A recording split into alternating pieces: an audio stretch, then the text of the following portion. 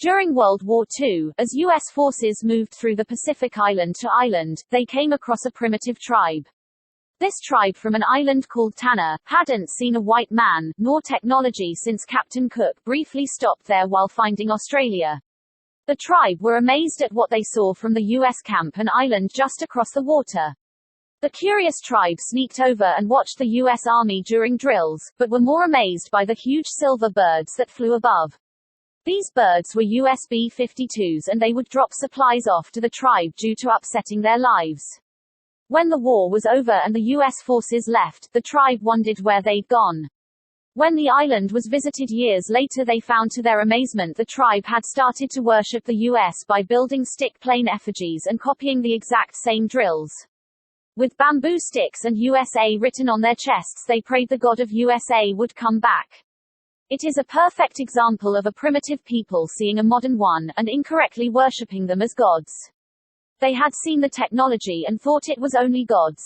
They also worshipped a name called John from, which could be that a US soldier had tried to introduce himself, but they only managed to understand part of the name.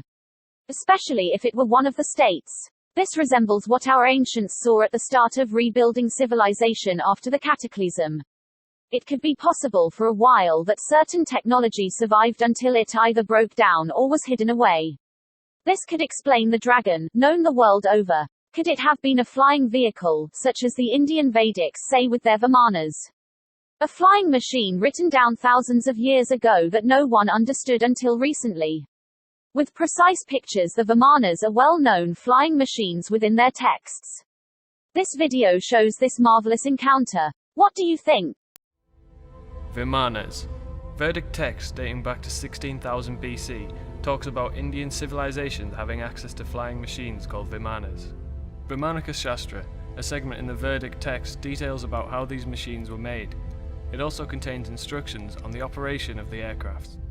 In the book Technology of Gods, David Hatcher Childress explains how the Vimanas function, with the creation of vortex with gyroscopic formation of Mercury.